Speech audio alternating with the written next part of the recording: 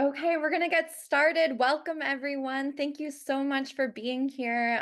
My name is Emily Birnbaum. I'm a family nurse practitioner myself, and I am studying to become a psychiatric mental health nurse practitioner, and I'm an organizer with the Debt Collective for Medical Debt Abolition.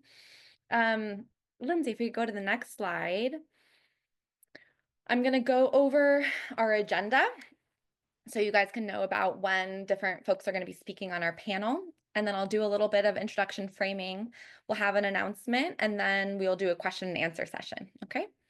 So we will first be hearing from our Debt Collective organizer, Dr. Rochelle Brooks, who will speak on carceral debt and her perspectives on criminalization and indebtedness. We will then hear from attorney Jennifer Canales from the Immigrant Legal Resource Center, who will report back on her work in Texas and discuss the weaponization of our legal system for immigration enforcement and give an overview of our legal rights. We will then hear from Dr. Stephanie Kulaga, an attending inpatient psychiatrist, who will speak on her perspectives from frontline clinical care and the importance of centering patient safety above all else. And then we will hear from interrupting criminalization fellow Maria Thomas. She will review helpful frameworks and resources available to help healthcare workers stop the criminalization of their patients. We'll have an announcement and then a question and answer session. And FYI, this is going to be recorded. And so you will be getting this recording in your email since you've registered. And also, we want to be able to keep track of some of the folks here for further organizing efforts. So one of my comrades is going to drop a survey in the chat. It's going to ask you about if you're a healthcare worker, if you have medical debt, et cetera. So please, if you're willing and able, please fill that out. So I'll go through the community guidelines and accessibility next. So, of course, everyone here is welcome. Please keep language and interactions with each other respectful in the chat and during the question and answer session. Please remain muted when others are speaking. Raise your Zoom hand or write stack in the chat if you'd like to share or ask a question during the question and answer session. And Zoom live captioning and auto translation are also available. And so I'll introduce myself a little bit further. Next slide, please. So my name is Emily Birnbaum. Again, I'm a family nurse practitioner. I'm a psychiatric mental health nurse practitioner student currently. And let's see here. Oh, just FYI, there's some, okay, just, oh yeah, with the sharing, Lindsay, just FYI, so, Yeah, and, okay, perfect. yeah. And I, organize with the Debt Collective on Medical Debt Abolition, and I see my organizing as an extension of my commitment to my patients. Let's see. Are you guys all still able to see the presentation? No. Yeah? Okay. No. No. Okay, there No, it I is. had to take it down for a second because the link that I dropped in the chat opened. But we're back on track now. No problem. I can see it now. Perfect. Okay, so why here? Why now? Why are we collaborating on this event? I think probably most people here have an idea of why here, why now, why are we collaborating? But I'm going to give a little bit of framework before we go into the panel. And I also just want to say, as a Debt Collective, we're honored to be working here with the Immigrant Legal Resource Center and Interrupting Criminalization. And it's a really exciting solidarity building to be having this event together. So, it's clear that the Trump and Musk administration want to pursue a total overhaul of the state and our government with plans to make major cuts to Medicaid, which serves 79 million Americans, Medicare, which serves over 67 million Americans, the Environmental Protection Agency, the Food and Drug Administration, the Center of Disease Control and Prevention. And all of this is going to threaten the lives of millions of Americans and drive us further into debt. And why is this? Simply put, for Musk and Trump to further enrich themselves and their billionaire friends. And ironically, while they do this all illegally, they're escalating the criminalization of immigrants, people fighting for a free Palestine and political dissidents, of Black and Brown and people of color in this country. And of course, I hope the majority of people on this call already know that we have always had a barbaric and racist criminal justice system in America. If we weren't aware of this before, then the abolitionist principles brought to the national stage by the Black Lives Matter movement should have taught all of us this. We have the largest prison population in the world, with over 2 million Americans currently incarcerated. The prison population has grown by 700% since 1970, which disproportionately affects Black and Brown and poverty-stricken communities. And just as debt has historically been used as a disciplinary tool of control and coercion by the ruling class throughout history, so too has the threat of deportation and criminalization. And thus, all of our fights are tied together. The fight for the dignity of our immigrant neighbors, coworkers, friends, and patients, the fight to end mass incarceration and systemic racism, and the fight for a healthcare system where no patient has to decide between the dignity of seeking and receiving the care they need when they are sick and financial ruin. So, next slide, please. So, for me as a clinician, and I think like for those of you guys who are in healthcare, um, we take this oath when we start practicing to first do no harm. And I know I take this very seriously, and I think most good healthcare providers take this very seriously. And because of this, it's really important for people in healthcare to have good politics, right? To be informed that the police are not neutral, right? That policing in this country and really in the world it's a racist institution. And same with ICE.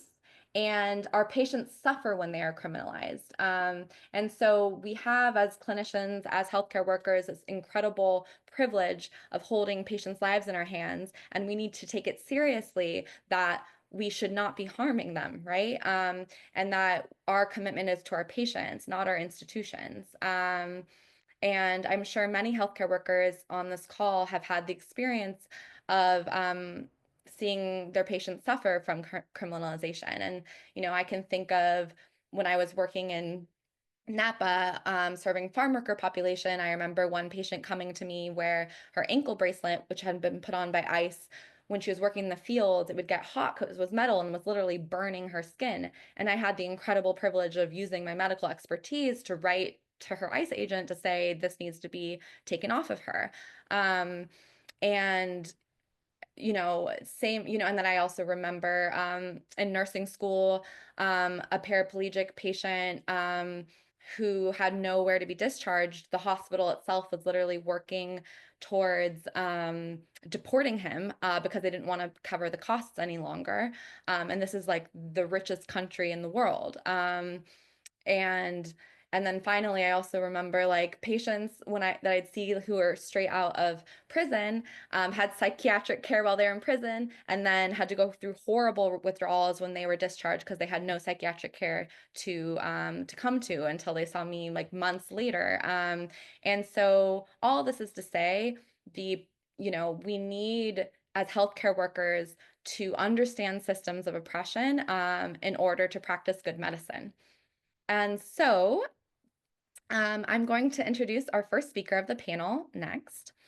So we're going to be hearing from Dr. Rochelle Brooks.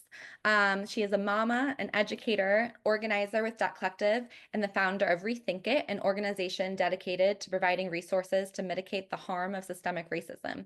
She's an author and speaker with a specialized interest in the ways Black women especially are harmed by systemic white supremacy and patriarchy. As a Black woman, first-generation college graduate, and a formerly houseless person, she has learned to navigate the oppressive and racist systems and institutions and has made it her life work to help others do the same while simultaneously working to dismantle these systems that perpetuate those inequities. So Rochelle, thank you so much. You can go next. Thank you, Emily. I appreciate it. Hey, y'all. Super excited to be here with y'all and be work in solidarity alongside y'all. We got a lot of work to put in. I wanted to talk as both an individual and an organizer. So I organize with the Debt Collective, as was mentioned. And as an organizer with the Debt Collective, one of the debts that I've organized around has been carceral debt. So organizing around carceral debt, we worked with formerly incarcerated folks to get their debts canceled, bring awareness to how coming in contact with the criminal legal system, even prior to convictions, right? We know that oftentimes they don't ask questions. oftentimes they ask questions, don't like the answer. And that's the context, right? You're arrested. Families are separated, right? Um, so we want to bring awareness to these instances and also discuss how interacting with the criminal legal system can negatively impact lives of individuals. It can negatively impact lives of families in perpetuity, right? Forever, in many cases. So, as someone that has had direct contact with the carceral system, I think that the best way to describe it is just carrying a weight of that experience every day, right? Like the I was charged with crimes, and it shapes how I see the world. It shapes how I navigate systems. It shapes how I'm able to show up for others. One of the things about the criminal legal system is it doesn't just punish the body, right? You may be incarcerated physically, but it also punishes the spirit. It punishes the family, right? The things that I've had to experience have carried through to future generations. I've had a lot of things made much harder in my life because of the contact that I've had. And being criminalized for things that I did not do, right? Um, so being caught in the web of the system, it's a constant surveillance. It's fear, it's dehumanization. And I know what it's like to be treated as a number. I know what it's like to not be seen as a person, to seen as disposable, to seen as discarded, or to seen as disposable and being discarded, right? To feel like my pain doesn't matter um, because of a record or because of the color of my skin or because of my gender prior to even having contact with the criminal legal system, right? In many cases, we're criminalized for existing. So I'm sharing this, right? I'm sharing this not for sympathy. I'm sharing this to help others understand why abolition, it's not just a theory for me. It's not just something that I talk about. This is my literal life, right? It's the life of my kids, of my kids' kids. So when I show up and fight, it's for them, it's for us, it's for folks that look like me that have been in this position. Um, and I know, right, if the more informed we are as a society, the better equipped we are to fight these battles. So just to go into what it means to be criminalized and experience debt, right? So poverty, right? Being poor is treated like a crime. If you're outside, if you can't pay your fares, if you're sleeping in public, the things that a lot of poor people do to survive in this country is criminalized, right? It leads to fines, it leads to arrests, it leads to incarceration, simply for folks, families, single moms like me, trying to meet their basic needs. And as I described, right, one interaction can derail an entire life intergenerationally. One single arrest before conviction, right? You're arrested. I'm in education. If I get arrested, I have to report it the next day, right? So a single arrest or court case can trigger a cascade of consequences. You can lose your job. You can face eviction. Think about that. Somebody gets arrested and does not have a place to live any longer. Them and their kids prior to conviction, right? You can lose your kids. You can face deportation, oftentimes, as I said, even without a conviction at all, before being tried, before evidence is presented, right? All of that hasn't even happened yet. And then lastly, I just want to talk about how carceral debt. So once you come into contact with the criminal legal system, from even you all that have had parking tickets, right? You know what a hassle it is to get a parking ticket taken care of. You have to take off of work sometimes. You have to go down to the place. If you get a moving violation, right? You all know what that's like. But that's the experience of many compounded, right? So It keeps families in cycles of harm. We have the cost of bail, court fees, ankle monitors, jail phone calls, all of that add up. And it leaves families trapped in debt. And when you get trapped in debt, you pass that on, right? So in addition to having these experiences with the carceral system, I also have $250,000 in student loan debt, right? And I imagine one, liberation, right? But also, I worry that when the only thing that I'll be able to pass on to my kids is that debt, right? I think they have a powerful testimony because their mother was able to overcome a lot. But in terms of like how to meet their material needs, it's a struggle for me. Even though I I did the right things, got my life on track and made changes, right? Went to school, got into education, right? Did everything that I was supposed to do. Um, and it still doesn't make a difference. I still have this debt. It's a lifelong sentence. And leaving families trapped in this debt, it passes across generations and it further entrenches systemic inequalities, right? We're widening the gap because there's certain groups that are criminalized more than others, right? So thank y'all. I really appreciate the commentary. I can see the chat.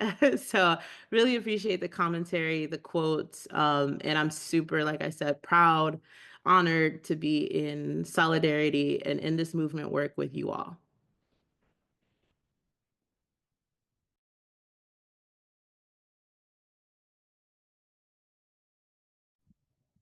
Thank you so much, Rochelle. You're incredible. So next we'll be hearing from Jennifer Canales. So Jennifer joined the ILRC in 2022. Jennifer has advocated for immigrant rights from the age of 11 when she advocated for her father's immigration status to the president at the time, George W. Bush. Although her father was ultimately deported, Jennifer dedicated her life and career to ensuring that no one else experiences the trauma she felt at the age of 11.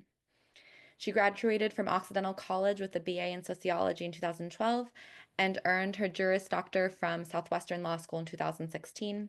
Jennifer is a member of the State Bar of Texas and California. She's also admitted to the Ninth Circuit Court of Appeals. Jennifer has been involved with ICE out of LA, Southwestern Immigrant Law Center, National Immigration Law Center, Esperanza Immigrant Rights Project, Immigrant Defenders Law Center, Coalition for Humane Immigrant Rights, and worked with the Los Angeles Immigration Court. Jennifer is a former board member and co-president of the National Lawyers Guild LA chapter and former Aspen Ideas Scholar. After moving back to her hometown Houston, Texas in 2019, she represented survivors of gender-based violence at the Tahrir Justice Center prior to joining the ILRC. Jennifer was nominated as one of Houston's unsung heroes in 2020. Very excited to hear from you, Jen. Thank you so much, and thank you all for having me. I will try not to depress you all too much with what I have to share, but I think it's very important just because what we have been living through in Texas should be a word of caution for the rest of the nation. And for folks out here in Texas, we have been sounding the alarm for a while, and we will not stop until we are heard because it is getting ridiculous. But I just wanted to ground us here. And what is happening at a national scale isn't new. The Trump administration, Project 2025 is literally taking a page out of Texas playbook. Texas has been doing this for the past 4 years. Why Texas? Because Texas is the epicenter of criminalization. Texas is one in 10 states with the highest prison population. It is, as of 2021, and probably there's more recent statistics, but there are at least 75 prison facilities and 252 jail facilities in the 254 counties that we have in the state of Texas. The focus will be on immigrants because immigrants, unfortunately, have been used as scapegoats for our government and our elected officials' lack of investments in our communities and continuous divestment in things that will actually keep our communities safe. So if you want to see what a Trump world will look like, I invite you all to go to Eagle Pass, Texas, because that is what the future can look like for us. And we can go to the next slide. Oh, well, before that, I want to do a plug. If you want to read more on the Texas Playbook, I drafted this amazing resource that will look through and compare Project 2025 to what Texas has done with Operation Lone Star. And it is very chilling because it's literally the same thing, but I'll explain that in these next slides. So next slide, please. So what has Texas been doing? So Texas has been, I can start off from the top, has been seizing state and local military resources for their immigration enforcement. And it started off, then this might sound familiar, by declaring a mass influx and an invasion at our southern border. The state of Texas created this invasion rhetoric. And with this invasion rhetoric, in March of 2021, Governor Abbott launched Operation Lone Star.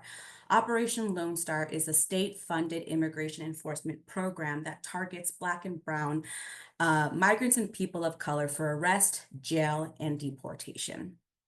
In 4 years, the state of Texas has wasted $11 billion on this state enforcement scheme.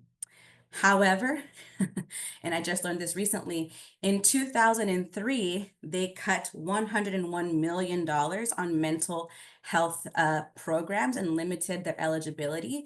And those impacts are still felt in our county today. And today, my county is trying to build a new jail that they're going to tout as a mental health facility, as a way to fix this mental health crisis, right? Because they don't have the money to do it. But somehow, some way, we found $11 billion in 4 years to fix this made up invasion at the border, right? So where there's a will, there's a way, apparently, but not for what community needs. But I digress.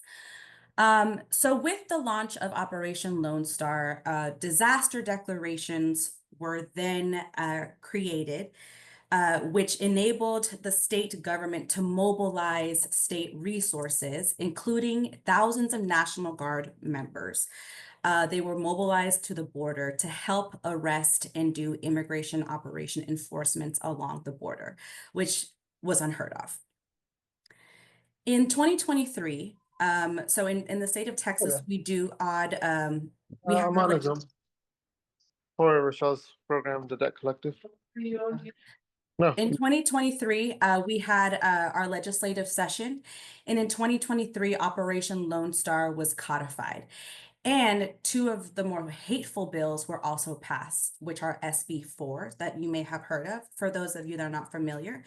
SB 4 is our state deportation. We actually have 3, but the ones from 2023 are our state deportation bill, which is currently tied up in the courts. But if it were ever to be allowed to go through, it would essentially empower any peace officer in the state of Texas to arrest and detain anyone that they suspect of entering the state of Texas illegally, and would facilitate state judges to deport that person within 48 hours of said arrest, right? This is unheard of.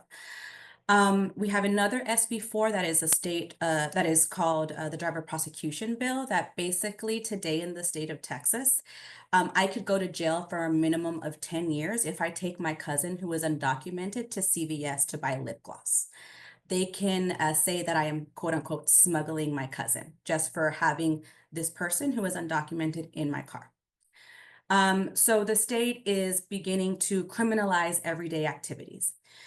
In addition to seizing state and local resources, the state of Texas also began to weaponize our the criminal legal system and legal systems against nonprofits and activists, but also used prosecutions against criminal prosecutions against migrants. So what happened was that National Guard members would basically tell migrants to go onto private property to then facilitate arrests for criminal trespass. And then they would funnel them into this Operation Lone Star system, which has its own jails, its own completely separate criminal legal process. They would also, the Texas Attorney General also began prosecutions of nonprofits who were serving immigrant community members, alleging violations of their C3 status, alleging violations of quote unquote smuggling statutes.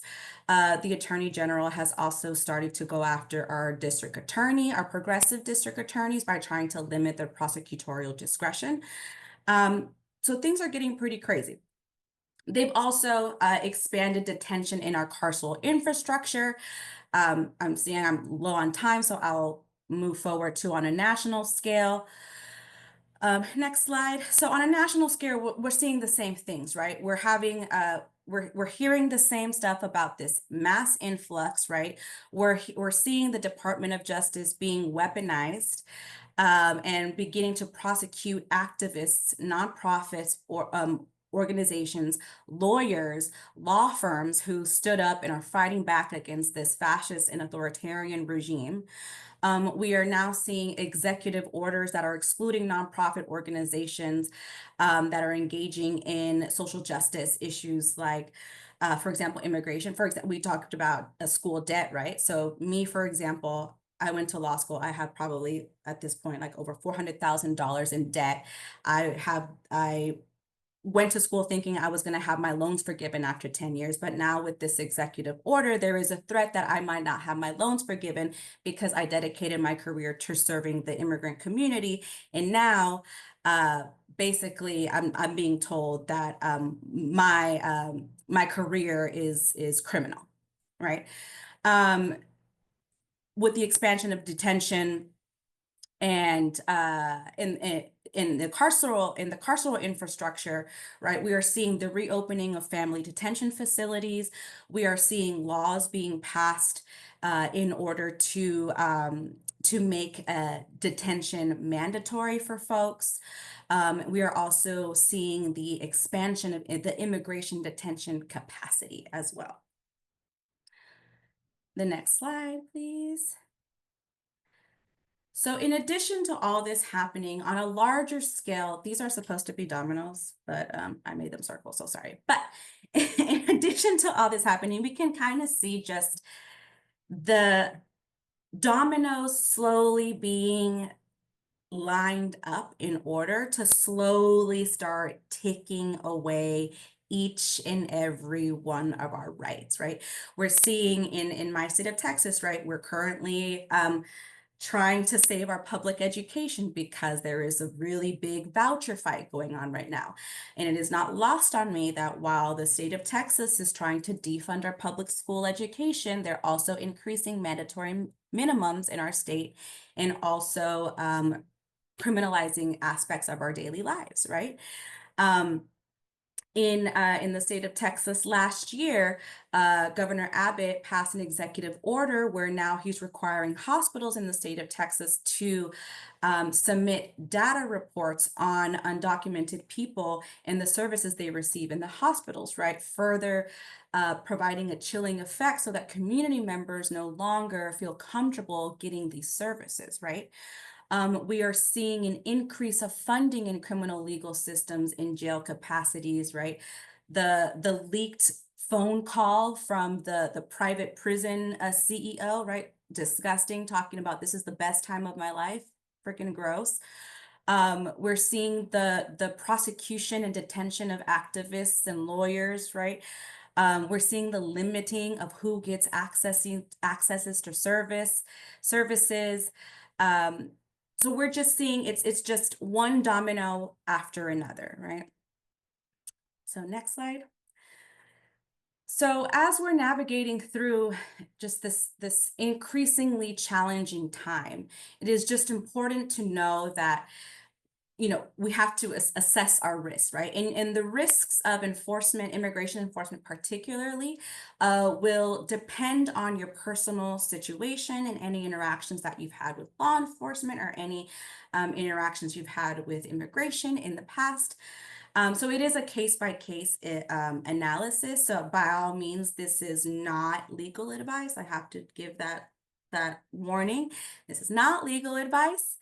I do recommend that for you to have a true sense of what risks you have, because it is a personal analysis, I do recommend to speak to an attorney to be able to get that personalized analysis of your risks. But I do want to say unequivocally, everyone in the United States, regardless of their immigration status, has rights and protections under the Constitution of the United States. There are no longer priorities for enforcement. In the past, immigration had categories of people that they would prioritize for removal or deportation. Now those categories no longer exist, but we are hearing, right, that they are focusing allegedly on folks that have criminal convictions or prior removals. And we are seeing now that they are targeting folks that are with the Free Palestine movement. So we are seeing that it is very targeted, but we obviously know that ICE is a rogue agency and they have historically not followed their own rules. So it is, they can, again, your risk assessment is very personalized. So this is just very general that this is what we've been seeing. Next slide. And just briefly again, everyone has the right to remain silent. Golden rule number one. If you forget everything else today, leave with this: remain silent. Remain silent. A lot of the times people think, if I have nothing to fear, right, why should I remain silent, or why shouldn't I help myself, right, in trying to speak to law enforcement or ICE, right? Wrong. Don't do that. A lot of the times, we ourselves are the ones that give more information and are the ones that put ourselves deeper in the hole. So it is much better for ourselves and for our defense to just remain silent. Everyone has the right to a legal process. Everyone has protections against searches of their person and their properties. Everyone has the right to the healthcare regardless of their immigration status. Everyone has the right to apply for eligible coverage. And if a parent is applying for a U.S. citizen child, the parent does not have to provide information about their status. And everyone has a right to receive care in their language. Next slide. And now I want to expand a little bit on the Fourth Amendment, because this is going to be very, very key, especially as we're thinking through how to deal with ICE if they come into our places of work, right? First and foremost, the Fourth Amendment protects us against unreasonable searches and seizures, where you have what is called a reasonable expectation of privacy. What does this mean?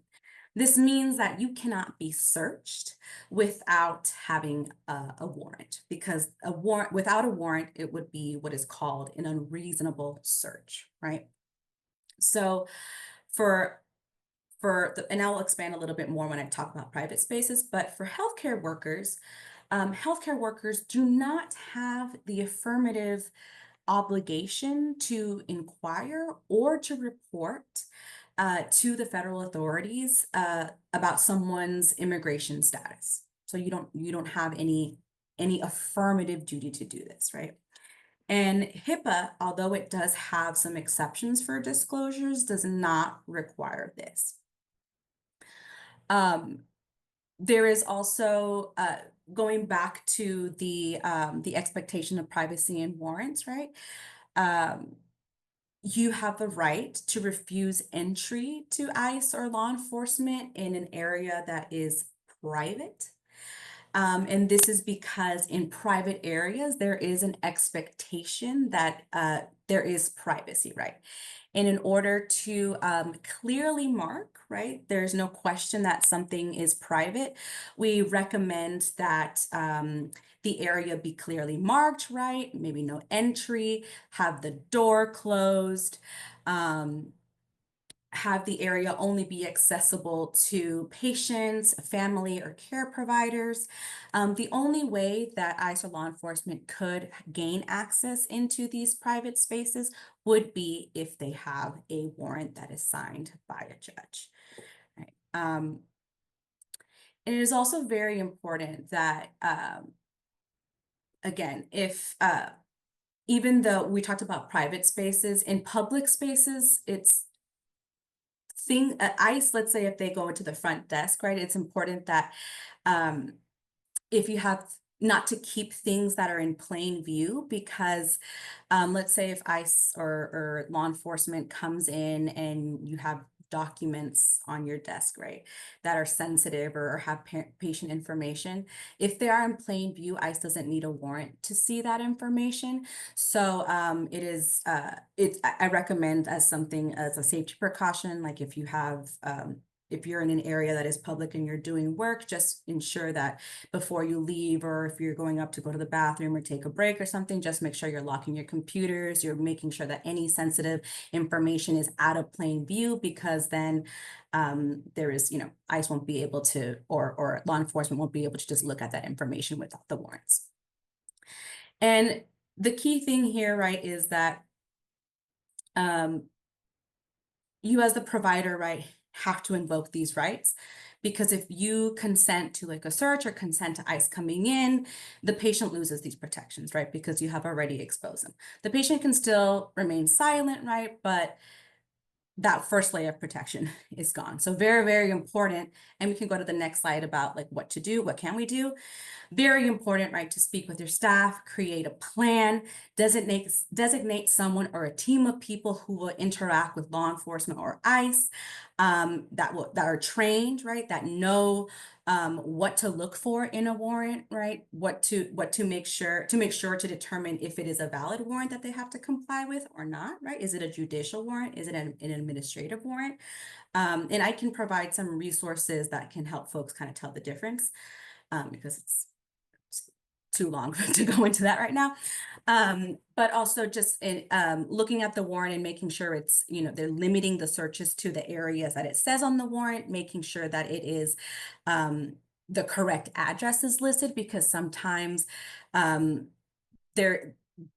isn't even at the correct address. So there's important things just to train the team and take a look at. Also, as I mentioned earlier, to post materials around the office to clearly mark private spaces, closed spaces. Also, I encourage to post Know Your Rights materials throughout your offices. That way, patients and their families are aware, and if something were to happen, right, they just have access to that information. And unfortunately, as we have seen videos come to light of recent arrests, ICE doesn't always follow the rules, right? Like I mentioned earlier, ICE is a rogue agency. So this is where a lot of our allies we're gonna need folks to step up and take video and record, right? And because this is how we begin to bring accountability to these folks. ICE can be tricky and they don't always follow the rules, right? Sometimes they may not have the appropriate warrant and they might come in anyway, right? Your safety is important. We are not asking you to interfere. Take notes, good notes, record what happens, because all this information will be useful for you and can serve as a defense for you or the people that are arrested, because that evidence may be dismissed at a later date in court. And then the last thing are just a couple of resources for folks and a couple more in-depth Know Your Rights information from other partner organizations that we work with, along with some family preparedness information that we have in our Red Know Your Rights cards that are printable and that you can share with patients. We have a bunch of languages available. Also, I put on here, I mentioned that Texas has the executive order that is asking hospitals to collect information about their undocumented parents. We have a Decline to Answer campaign here in Texas, so I put the link to the link tree with the information about that campaign if it's something that interests you. So yeah, thank you so much for your attention.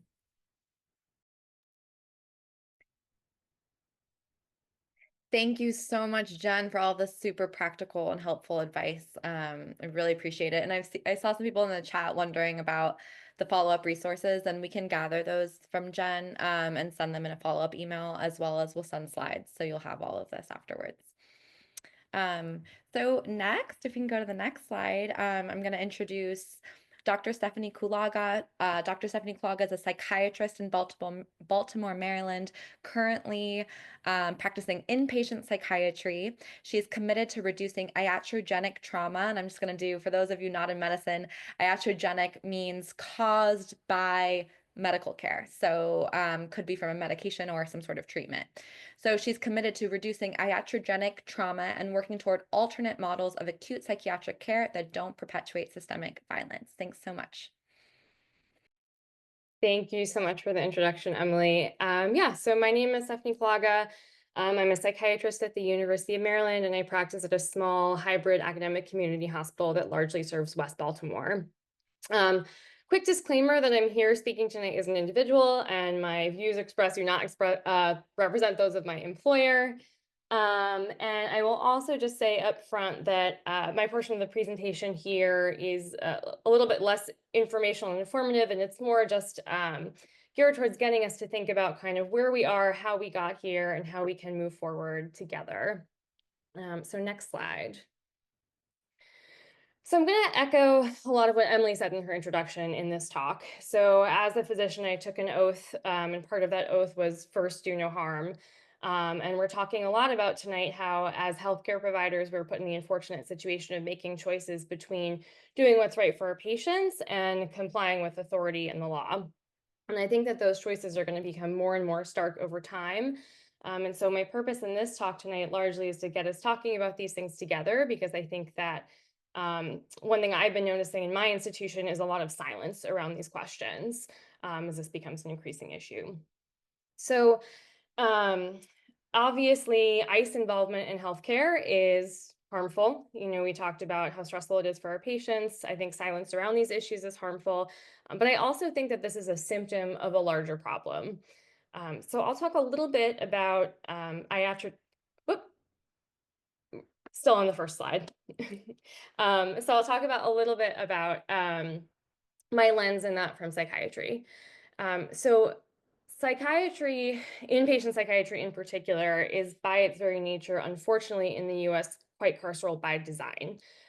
So I will say upfront that I'm extremely conflicted about a lot of what I do in my chosen profession, and that my patients here in Maryland can be emergency petitioned by a family member and then brought to the hospital by the police in handcuffs.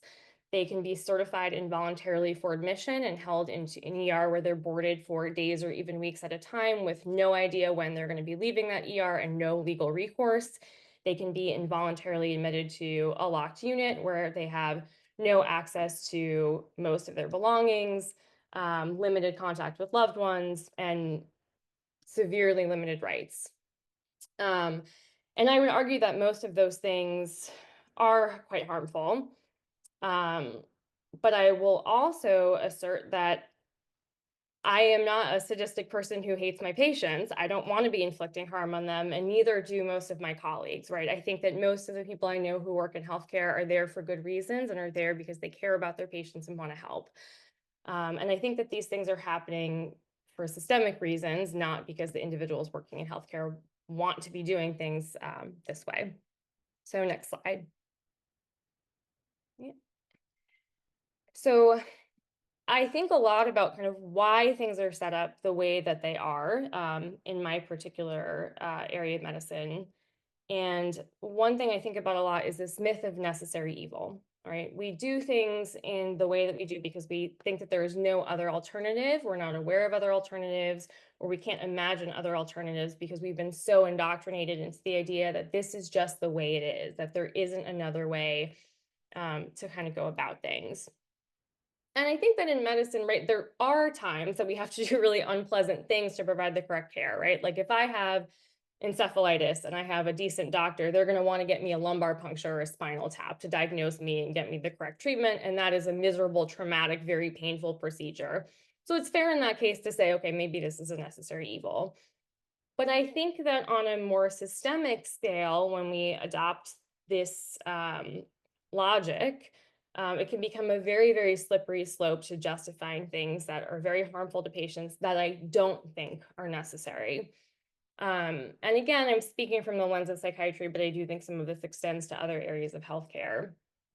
So I think a lot of what we do that is very carceral in society only becomes necessary when we're in a society that doesn't create other safety nets for people. Or it's only necessary because we are too afraid to try alternatives that could be less restrictive because we've kind of been indoctrinated into the system. So there are, thank you for the feedback, Sandra. So there are in other countries, like other ways of providing acute psychiatric care. So for example, there are countries where instead of bringing someone to the hospital via police transport, we would send a team to their house to sit them in a circle with their loved ones and participate in an open dialogue session where that person would have an active say in what happens to them next. I also get very disturbed by the degree to which safety is used to justify this myth. So in psychiatry, again, a lot of things are very carceral and very restrictive in the name of safety. And I have seen firsthand the degree to which maintenance of safety is used to justify human rights violations. And I think that this is a microcosm of something that we see on a larger scale. We see this, in this country when law enforcement murders innocent people in the name of a perceived threat. We see this on an international scale when atrocities are committed under the guise of maintaining safety for a perceived threat. So I think that in moving forward in healthcare and creating a safer system for our patients, we need to shatter this myth of the necessary evil. We can go to the next slide. Thank you. So again, to echo what Emily was saying in the introduction, it's critical that we as healthcare providers be politically informed. Unfortunately, there is a lot of rhetoric suggesting that medicine and science should be apolitical. And I find that I can't speak to other healthcare professions, but I know as a physician in particular, there's some indoctrination in our training to kind of stay in our lane, and some indoctrination telling us that it's actually kind of like ethically superior to stay out of politics to maintain an apolitical stance. I think this rhetoric is effective sometimes because there's a kernel of truth in it, right?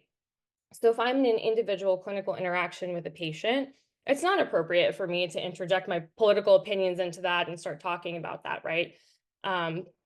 But again, when we expand this thinking to a systemic perspective, I think it becomes very dangerous because as we're talking about tonight, medicine is very political. I will say in my practice in inpatient psychiatry, one of the primary precipitants I see to suicide attempts and admissions for acute suicidality is someone who has recently lost their job and subsequently lost their housing, right? That's a political problem. That's not a medical problem, right? The cure to homelessness is not a week stay on our unit and an antidepressant. The cure to homelessness is housing, and that's a political issue. We also like to talk a lot about social determinants of health in all aspects of medicine. And if you write a paper on that in a high impact journal, or you give a talk on the social determinants of health, you're praised for that. That will help count towards promotion. But if you actually try to take action to do something about those social determinants, that then is criticized or even punished. On a more serious note right now, we see our colleagues in different states in OBGYN being faced with a decision to, deny life-saving care to people who need abortion care or end up being charged with a felony. And there are several states right now where there are actual tenable moves to classify reproductive care as homicide punishable by the death penalty. So we're at a really scary and really critical juncture in medicine where we're increasingly getting asked to do more and more things that conflict with our oath as providers. And the consequences to that are getting more frightening as well. We can go to the next slide. And so it is a very scary moment, but I think it's also a very important moment, and in some ways very hopeful moment. And my hope tonight is to just stimulate some conversation among healthcare workers as to how we can work collectively as activists to reform our healthcare system. I was heartened to see in the introductions tonight in the chat so many people who work in healthcare or are students in healthcare who are also identifying themselves as activists and organizers. I'm very heartened to see a wave of residencies organizing across the country in the last few years, including my own residency at the University of Maryland, who won their union election last year. So that's very heartening. But again, on the whole, there's a lot of rhetoric discouraging that and encouraging healthcare workers to kind of stay in their lane. And I want to talk about why that is, right? Why are institutions so invested in discouraging us from being involved in the reformation of healthcare? And it's because we're very powerful, right? We have a very unique and necessary skill set. And I'm not talking about physicians here. I'm talking about physicians, nurses, nurse practitioners, physician assistants, techs, everyone who's working on the front lines of healthcare, social workers. We have a very unique and necessary skill set. The healthcare system cannot function without us, and the healthcare system cannot generate profit without us. So there is a lot of investment from institutions in maintaining the status quo.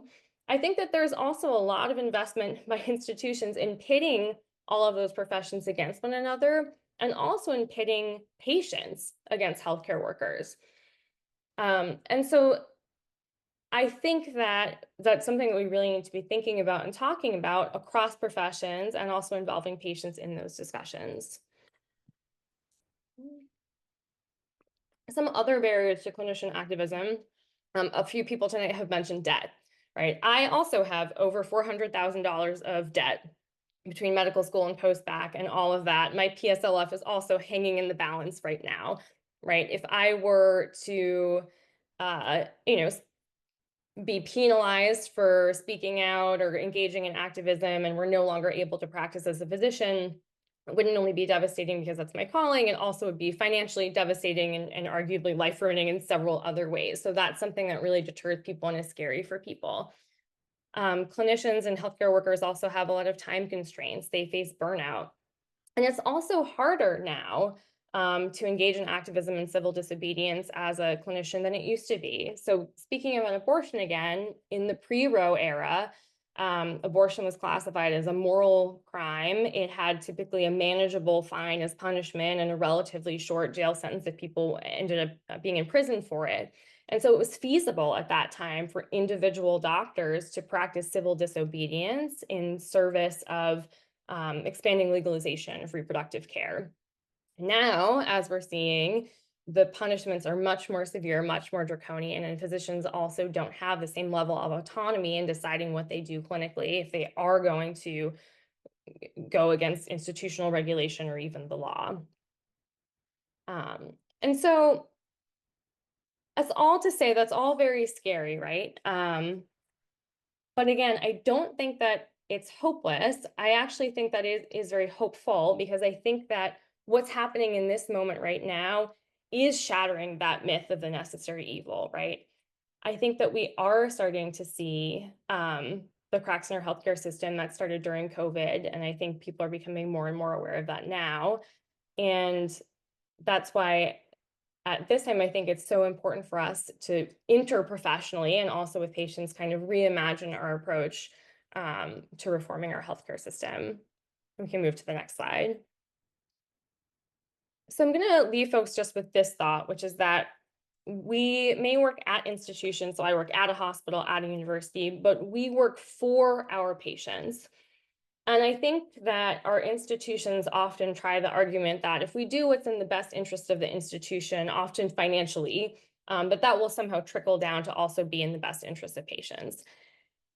And I think that we know that that is simplistic and often not true. And I think that increasingly we're seeing that those interests are often at odds. So I would implore everyone here tonight that when those interests are at odds, that they follow their conscience.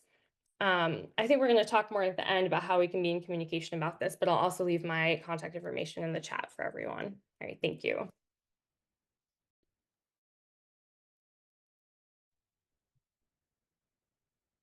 Thank you so much, Stephanie. That was an incredibly helpful framework, and I can't wait to chat with you more.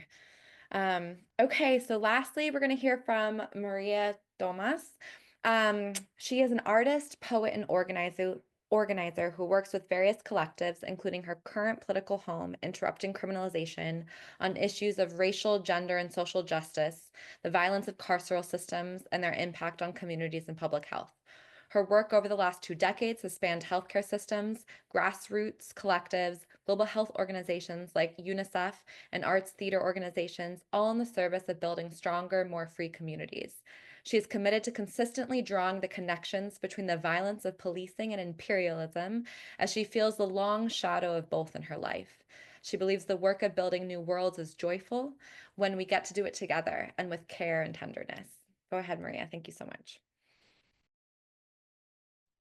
Thank you, Emily, and just thank you to all the speakers, Dr. Brooks, Jennifer, Stephanie. I'm just so moved by everything that's been shared already, and there's so much resonance with what I'm about to speak about, but just gratitude for sharing so vulnerably, and also, you know, the rousing calls to action and the things that we can do and the power that we do have. So I'm with Interrupting Criminalization. I'm their Beyond Do No Harm Fellow. And if you go to the next slide, actually, we can skip ahead. Yeah. And even though I'm sharing about the network, I'm doing so on behalf of so many people who helped create this network and co-created these principles that I'll be sharing with you. But really, most of all, I want to honor and uplift all of the directly impacted communities who are at the center of this work. This organization, Interrupting Criminalization, actually was founded by Mariam Kaba and Andrea Ritchie during the last Trump presidency, because we recognized that criminalization is a primary way through which fascism advances its agenda. And so, you know, within Interrupting Criminalization, we try to organize different sectors to ensure that criminalization doesn't advance this tool of designating certain people as enemies and then disappearing them doesn't have purchase. And so the work that I do within Beyond Do No Harm Network is organizing healthcare workers, because we know that criminalization often happens when people are trying to access healthcare. As Jennifer talked about, as Stephanie, you know, you sort of framed US psychiatry as being inherently carceral in its approach, right? And that is absolutely true. And if we go to the next slide, it contains just all of these different cross-movement organizers and organizations that we're seeing their people being criminalized as they were trying to access healthcare, right? So we think about the Black Alliance for Just Immigration, abortion care and abortion access was mentioned. So a lot of our members include reproductive justice organizations, White Coats for Black Lives, Pregnancy Justice, but also, you know, people who are fighting against family policing and surveillance, and Movement for Family Power would fall under that. But so really the Beyond Do No Harm Network is this network of US-based healthcare providers, public health workers, and directly impacted people and organizers working across movements for racial, for gender, for disability justice, for migrant justice, and in anti-HIV criminalization movements.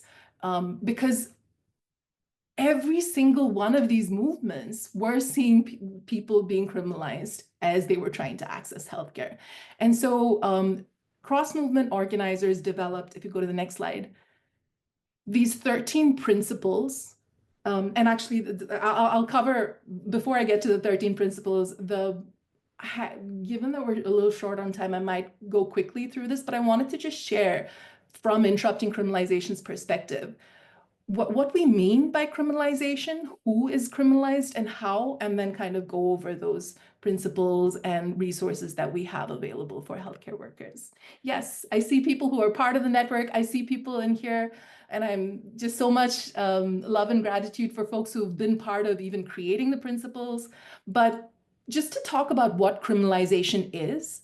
So on the next slide, I wanted to share this abolitionist analysis of the fact that harm and crime, even though they're often conflated and used like they're the same thing, they are not, right? There's a difference between harm and crime.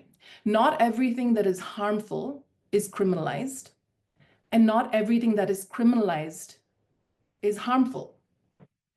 And I think that's just a really, really important distinction to keep in mind as more and more groups are being scapegoated and being slapped with the label of criminal, right? Because that's just the way all kinds of atrocities are excused. And so what criminalization really is something that reifies and reinforces and maintains the status quo. It is in service of reinforcing existing relations of power. So just wanted to say that, you know, even though it's presented as like some neutral set of laws, that's not how it works. And I think there were people in the chat early on talking about the scapegoating is happening because it's about how laws are applied, and it's always in service of existing relations of power, where the billionaire class gets to make enemies of certain groups who are scapegoated, and they're seen as disposable, like Rochelle said in the beginning, right? They are dehumanized, and so that's the playbook. So actually, if we could just take a little bit of time to drop in the chat, what are some examples of things that are harmful but not criminalized, or criminalized but not harmful? Just so we can get our own like thinking activated in this space. And so I'm just not talking at you. So I'd love to see some responses, because the chat has been incredible and people have been sharing so many things. But if you could share either an example of something that is criminalized and harmful, or but not harmful, or harmful but not criminalized. Yeah, an unhoused person is not doing any harm to anyone, right? If anything, they're being harmed, and yet they are criminalized. Corporate greed, right? Wage theft is one of the biggest forms of like, if you talk about the things that aren't really pursued, right? Those laws are not applied quite the same way. You think about how insurance companies really base their whole existence, and I'm just reading from the chat, on the denial of care. That's not criminalized. It's like perfect. That's a standard operating procedure, but so harmful, but certainly not criminalized. Mental illness is criminalized. Yep, I think there's a through line between the pathologization and medicalization of certain communities and criminalization. We've seen this throughout history. Somebody dropped the protest psychosis in the chat, but you know, we see this in terms of how migrants are criminalized. We see this how dissent is criminalized, right? There's different ways. But migrants are also sort of pathologized. You think about those images of people being sprayed with DDT, right? There's a link between medicalization, pathologization, and criminalization. Oh my God, the chat is going so fast. Right, gender affirming care. People just trying to express and live and access the care that would make them feel whole in their bodies is criminalized, right? So yeah, I see a lot of things that are not harmful that are criminalized, and things that are really criminalized that are not harmful. Okay, let's move on. We could keep going, but so many rich examples of here that really pull apart the difference between harm and crime. And as we go to the next slide, I think it's important to understand that this category of criminal and the social construct of crime is shifting, especially quickly within healthcare. Things that were seen as standards and the gold standard of care are now being criminalized, right? So this is, again, a way to pull more and more communities and people through this aperture of criminalization. And so we have to think beyond just fighting legal battles and think more broadly about challenging criminalization at every turn, because it's a moving target of what's a crime, who is criminal, and they're just going to continue to expand that to accrue profit and wealth accumulation. So our focus has to extend beyond the law, and we have to understand criminalization as a political process, right? Next slide. Okay. Again, drop in the chat really quickly, popcorn. Who do we think is criminalized in terms of people who are accessing healthcare right now? Which are the groups?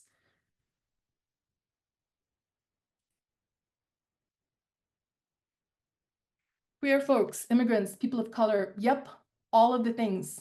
Yeah.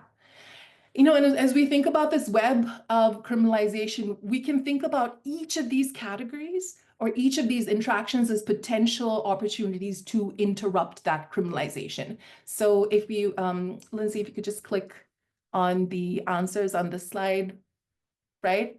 I feel like most of the things that are on this slide have been named in the chat, right? Pregnant people, parents, people who use drugs, migrant folks, queer folks, disabled folks, people in the sex trade or street economies, unhoused people, survivors, right?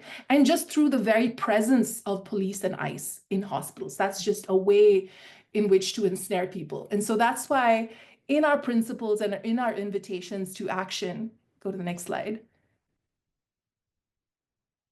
I'm not going to go through all of these. You can see all of the resources on our website, and I do want us to have time for questions. But if you go to bit.ly.bdnh launch, you can see the principles for committing to non-participation in criminalization for healthcare workers to sign on to as individuals, to join our network as we continue to strategize how to collectively interrupt criminalization. And so on the next slide, the next couple of slides, it goes through all of the ways in which healthcare workers do criminalize people seeking care and all of the ways we can interrupt that.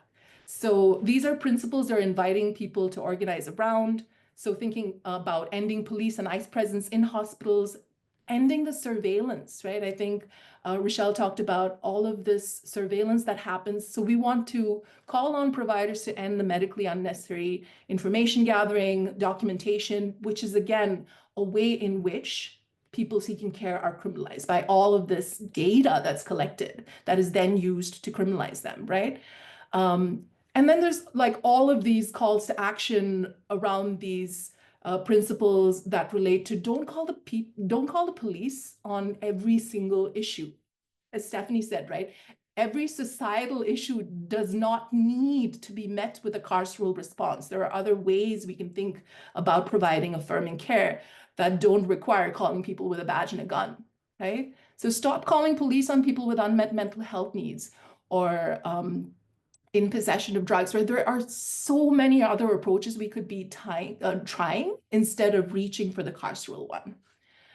But unfortunately, the way healthcare is set up, right, that's what you're encouraged to do, but we can refuse. We can collectively refuse to do that. Individually, we have the power to do that. Collectively, we can organize campaigns, as so many people have done to do that. And if you go to our website, you can see all of these campaigns that people have launched, how people are autonomously organizing around each of these. And we have recordings of sessions around each of these principles and what people are doing. So next slide. Continues to sort of go through the remaining principles, which include not colluding with the carceral system to torture or sterilize people who are currently in the bowels of our prisons and jails. So we want to sort of break the pipeline that puts more people into prisons and jails, but we also want to get people out. We don't want to expand mental health, quote unquote, prisons or jails. I mean, there's such a contradiction in terms. And we want to say, no, we are not going to provide violative treatment and be conscripted into doing that in collusion with these debt-making institutions, right? So those last two principles are about being in solidarity with our loved ones inside. Next slide.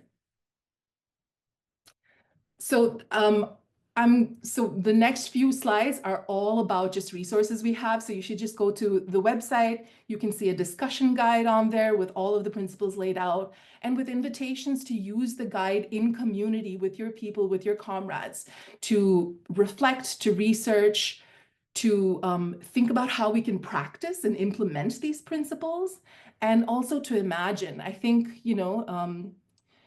under these oppressive systems, it's so hard to think about other ways things could be. And so we really need to exercise that muscle for imagination and practice and build towards the worlds we yearn for. Next slide. This is just a screenshot of the resource. And then we have resources on the next page as well, tying abortion care and solidarity with trans youth, right, to the larger fight against policing and criminalization. I think oftentimes in healthcare, even in terms of abortion access, people exceptionalize that fight rather than seeing it as part of a whole. And so again, we're always about building solidarity with other movements, drawing all of these connections together. And so grateful for this solidarity space to do just that. And next slide talks about a project that we have that we hope will seed imaginations, which is our storytelling project. So if you go to our website, we have all of these stories from healthcare providers resisting criminalization. And to all of the healthcare or health justice related organizers on this call, if you would like to share your story, we would love to spread it. And because we do believe that those kinds of bold and courageous actions are contagious, right? And we have zines, we have animations, we have transcripts and audio files of these various stories, just to spark our imagination of what is possible and what people are already doing all the time, throwing sand in the gears of these oppressive systems. People are doing it within systems. We just have to find each other, coordinate, and be organized together. And to that end, we also have PodKit resources with organizing tools, the discussion guide, and a whole lot of other things for people to get started in organizing the people they work with or the people around them. So you have the links for both of those projects.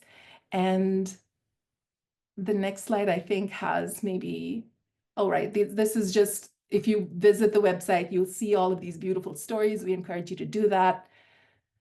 And we also understand that, autonomously organizing is difficult, right? Especially when healthcare workers are repeatedly told that they have no power, that they have to be apolitical, right? That they just have to do their job and keep their head down, right? There's a way in which our instincts are drummed out of us, right? There's a learned helplessness there. So if you would like to have some thought partnership with a radical healthcare worker, a med-peds doctor out of the Midwest, and to strategize around the particular conditions where you are, there's also a help desk that we have, and encourage you to use that resource as well. And then we have this recurring space every month. The next one is on April 22nd. But again, if you go to our website, you can sign up and then make sure you're on the listserv to be invited to these. But these are spaces where we co-strategize, whether it's around Comstock or ICE rates. So we can together kind of prepare for the things that are coming, analyze the moment we're in, and also just commune with each other and cathart, And then the next slide, I think, this is to Stephanie's point about the myth of the necessary evil, right? There are a million experiments in other ways of being. And so I just wanted to offer up the building coordinated crisis response space that my amazing colleague Shira Hassan hosts. So there's actually a session tomorrow. If you go to that link at the bottom, you can sign up. But these building coordinated crisis response is a space that we've been holding for several years now, of what it means to have non-carceral crisis response, what it means to have the kinds of models that Stephanie mentioned, where you go to someone's house, right? And you sit and you think about what is needed, as opposed to snatching someone against their will and putting them in a locked psych unit, right? There are so many other ways in which we can reach for each other with care and not criminalization. And there's also 1 million experiments, which is like another resource that I'd encourage you to check out, and I can drop the link in the chat. And I think that's it for me. This is collective work, so hop in, jump in, and we keep each other safe. Thank you.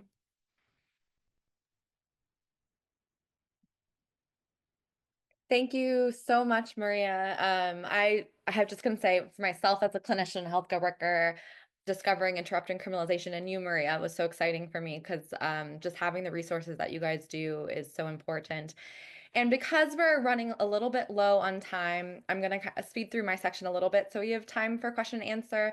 And I'm not sure if the other speakers are willing to for like another like extra 5 minutes or something, but we'll I want, you know, a good like 10 minutes hopefully for questions and answers.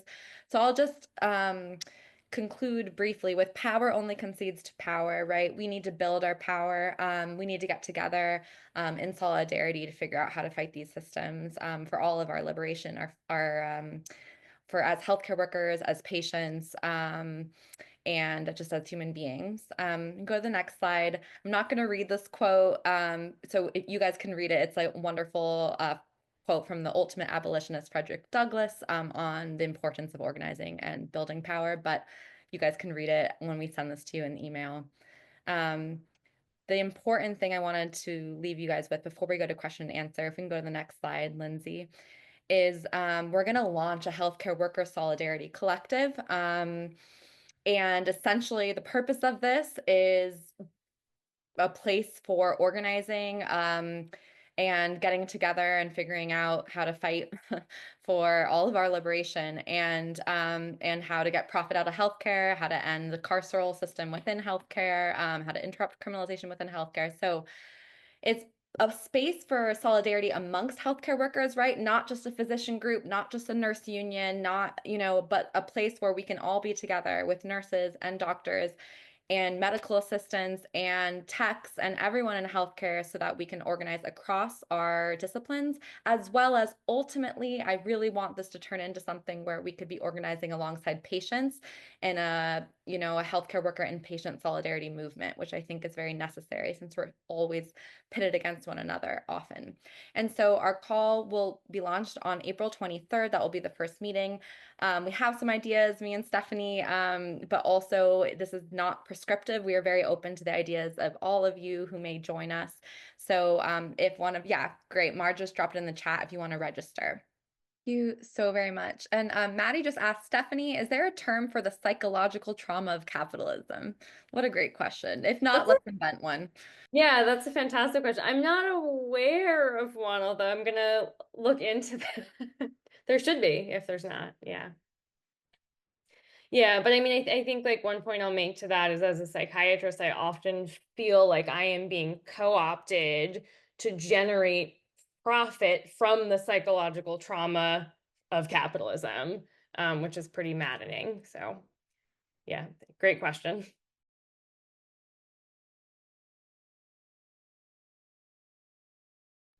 Maria or Jen, any final things before we all hop off? I would just say that it is great to see so many folks on this call. And I encourage you all to keep resisting. I know it's going to get tough. And, you know, in the face of oppression, we're going to get thrown things to intimidate us and to force us to be silent. And things that I think, Maria, on one of our prep calls, you may have mentioned this, that things that, you know, were quote unquote legal, you know, under one administration are now illegal. And we have to now begin to think with our morals and think through what our moral compass is telling us to do, right? And to not lose sight of our humanity and our morality, because unfortunately, this administration is trying to tear us down and really just take advantage of our of us. So thank you all for attending, and I hope that this is sparking more anger, more fight, because we're all in this together and we have the same enemy. We're all in the same fight. So thank you all for coming. That's fucking right. Thanks, Jen. And Maria? Yes, thanks, Jen, for saying that. And just this has been such a beautiful space. I just wanted to talk about this tendency for larger institutions, especially, to comply in advance and all of this anticipatory obedience that we're seeing. And we can organize people within the institutions that we work for to refuse that.